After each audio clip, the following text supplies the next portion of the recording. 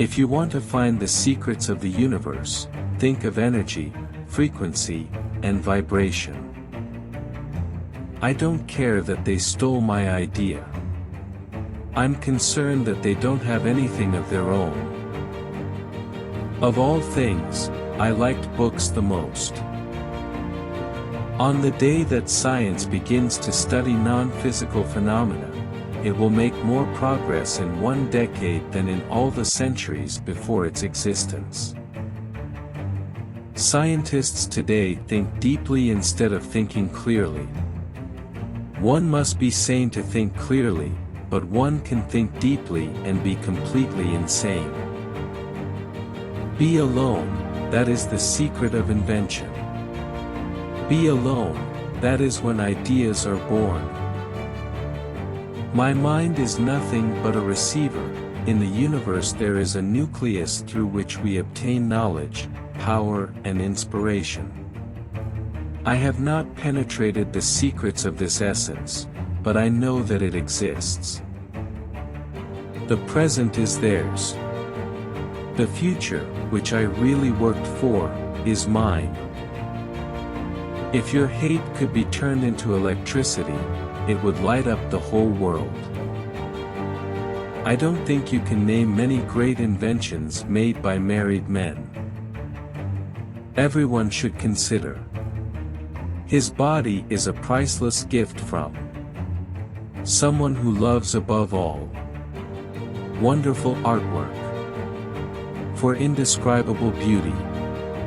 The mystery is beyond human perception, so delicate that word, breath, look, no. The thought might hurt him. I don't think there is any excitement that can pass through the human heart like that which an inventor feels because he sees some creativity in the brain unfold to success. Such feelings make a man forget food and sleep and friends and love and everything. One must be sane to think clearly, but one can think deeply and be completely insane. Our virtues and our failures are inseparable, like strength and matter. When they separate, man is no longer. Let the future speak the truth, and evaluate each one according to his work and his accomplishments. The present is theirs. The future, for which I have truly worked, is mine. All that was great in the past has been the subject of ridicule, condemnation, resistance, and repression only to emerge more powerful, and more victorious than the struggle. Life is an unsolvable equation that will always exist, but it contains some known factors. We crave new sensations but soon become indifferent to them. Yesterday's wonders are common occurrences today. Invention is the most important product of the creative mind of man. The ultimate goal is the complete dominion of reason over the material world, and the harnessing of human nature for man's needs. If you only know the splendor of 3, 6, and 9, then you will have the key to the universe. Today's scientists have replaced mathematics with experiments, going around equation after equation, and eventually building a structure that has nothing to do with reality. I am credited with being one of the most diligent workers, and perhaps I am, if thought equals work, for I have devoted almost all my waking hours to it. But if work is interpreted as definite performance at a fixed time according to a strict rule, I may be worse than unemployed. About job. You may live to see man-made horrors beyond your comprehension.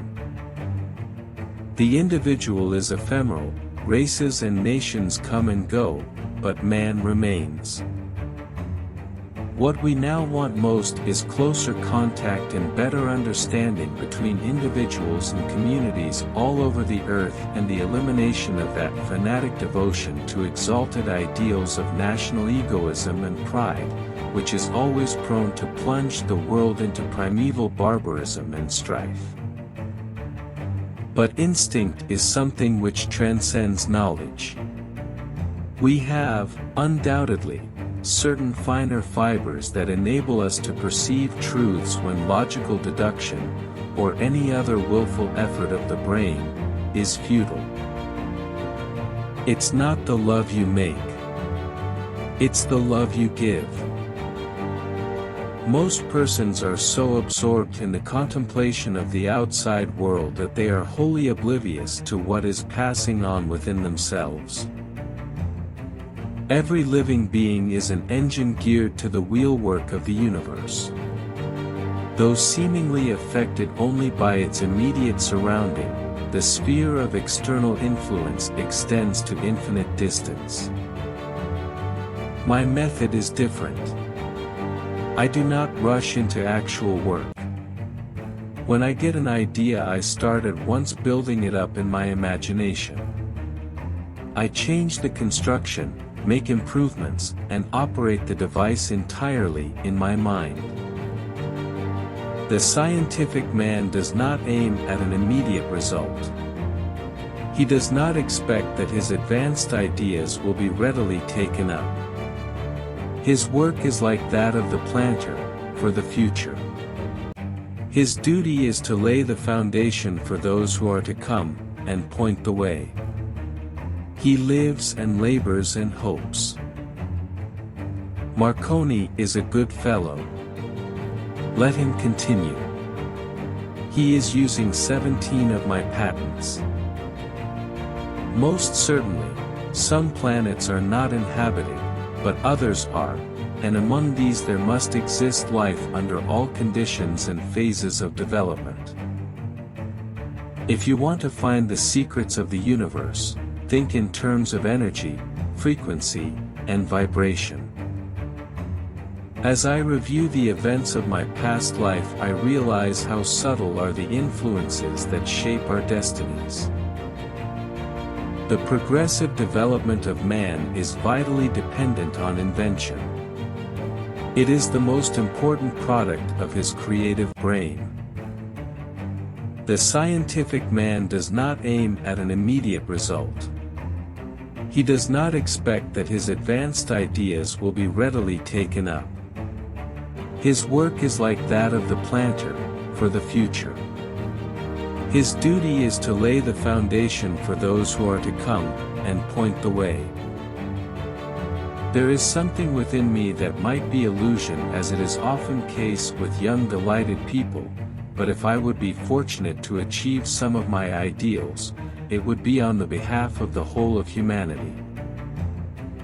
It is not in the shallow physical imitation of men that women will assert first their equality and later their superiority, but in the awakening of the intellect of women. All perceptible matter comes from a primary substance, or tenuity beyond conception, filling all space, the akasha or luminiferous ether, which is acted upon by the life-giving prana or creative force, calling into existence, in never-ending cycles, all things and phenomena. When natural inclination develops into a passionate desire, one advances towards his goal in 7 league boots.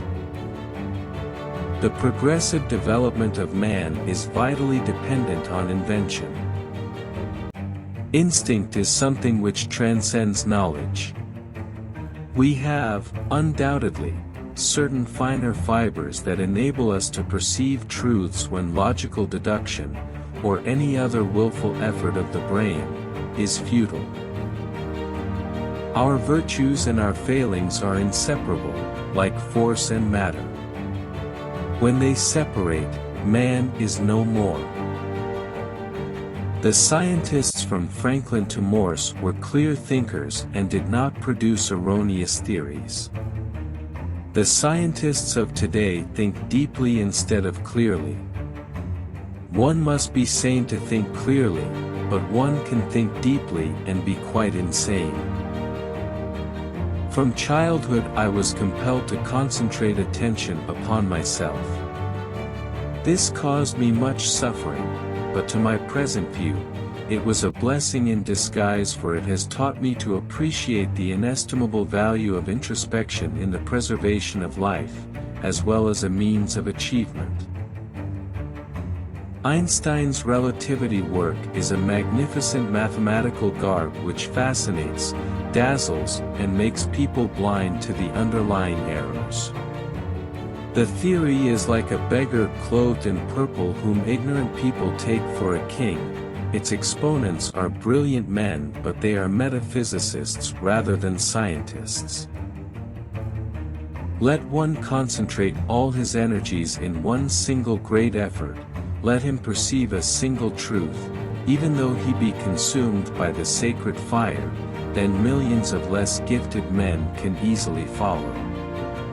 Therefore it is not as much quantity as quality of work which determines the magnitude of the progress.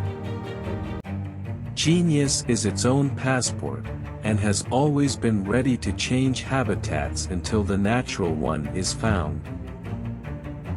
The idea of atomic energy is illusionary, but it has taken so powerful a hold on the minds, that although I have preached against it for 25 years, there are still some who believe it to be realizable. One may feel a sudden wave of sadness and rake his brain for an explanation when he might have noticed that it was caused by a cloud cutting off the rays of the sun. Deficient observation is merely a form of ignorance and responsible for the many morbid notions and foolish ideas prevailing. Science is but a perversion of itself unless it has as its ultimate goal the betterment of humanity. Each day we go to our work in the hope of discovering, in the hope that someone, no matter who, may find a solution of one of the pending great problems, and each succeeding day we return to our task with renewed ardor, and even if we are unsuccessful, our work has not been in vain, for in these strivings, in these efforts, we have found hours of untold pleasure, and we have directed our energies to the benefit of mankind. To know each other we must reach beyond the sphere of our sense perceptions. My belief is firm in a law of compensation. The true rewards are ever in proportion to the labor and sacrifices made. A telephone subscriber here may call up and talk to any other subscriber on the globe. An inexpensive receiver, not bigger than a watch, will enable him to listen anywhere, on land or sea, to a speech delivered or music played in some other place, however distant. These are only new devices for putting the weak at the mercy of the strong. The progressive development of man is vitally dependent on invention. It is the most important product of his creative brain. Its ultimate purpose is the complete mastery of mind over the material world, the harnessing of the forces of nature to human needs. My project was retarded by laws of nature. The world was not prepared for it. It was too far ahead of time. But the same laws will prevail in the end and make it a triumphal success. War cannot be avoided until the physical cause for its recurrence is removed, and this, in the last analysis, is the vast extent of the planet on which we live.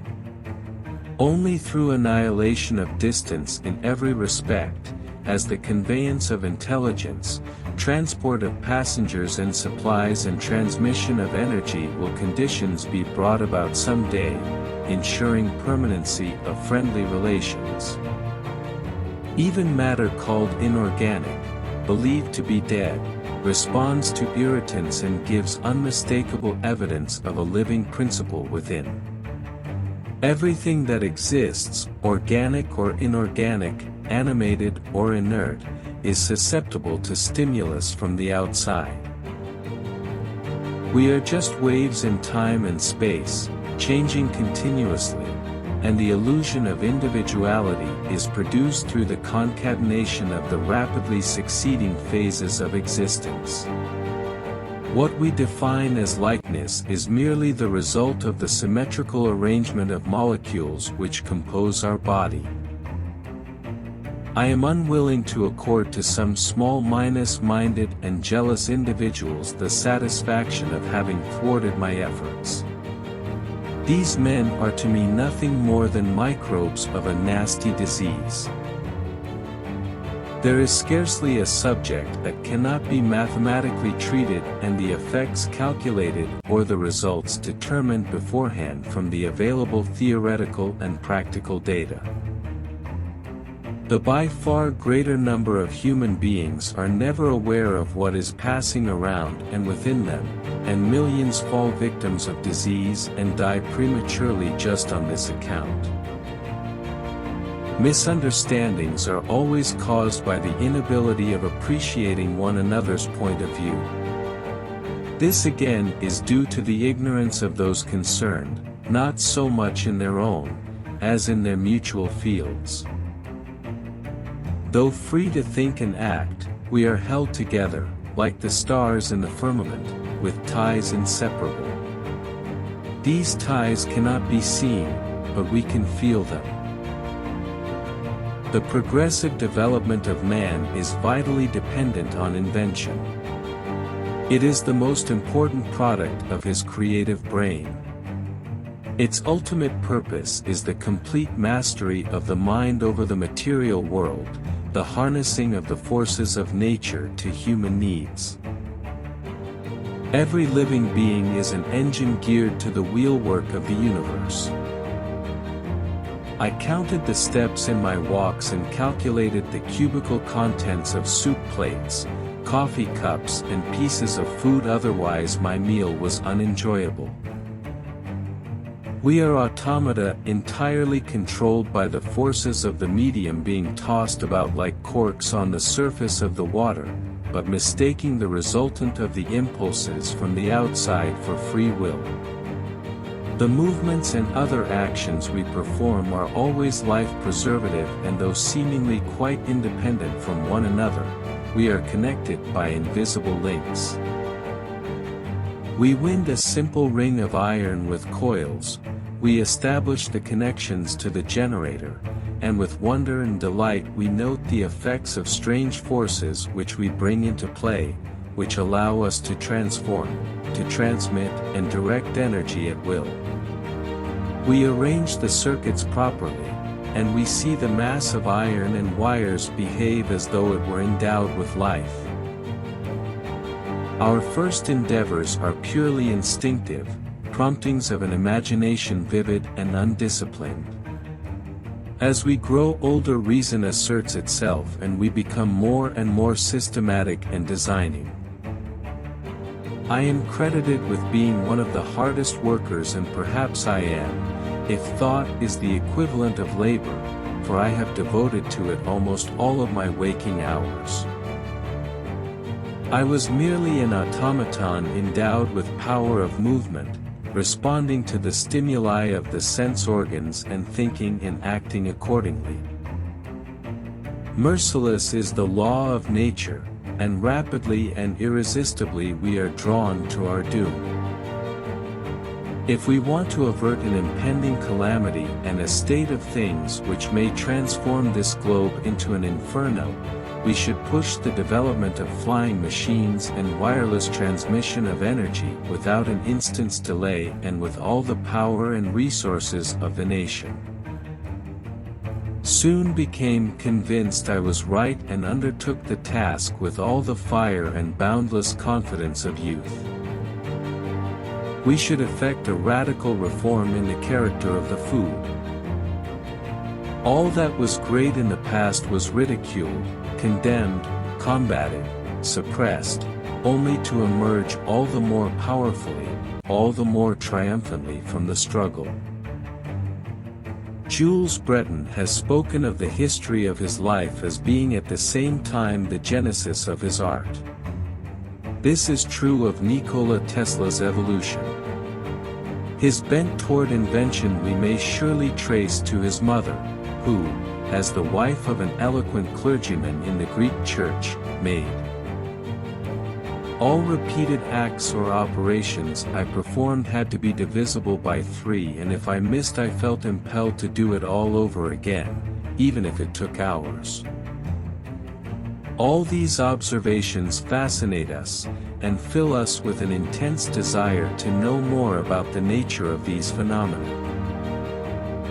Years hence it will be possible for nations to fight without armies, ships or guns, by weapons far more terrible, to the destructive action and range of which there is virtually no limit.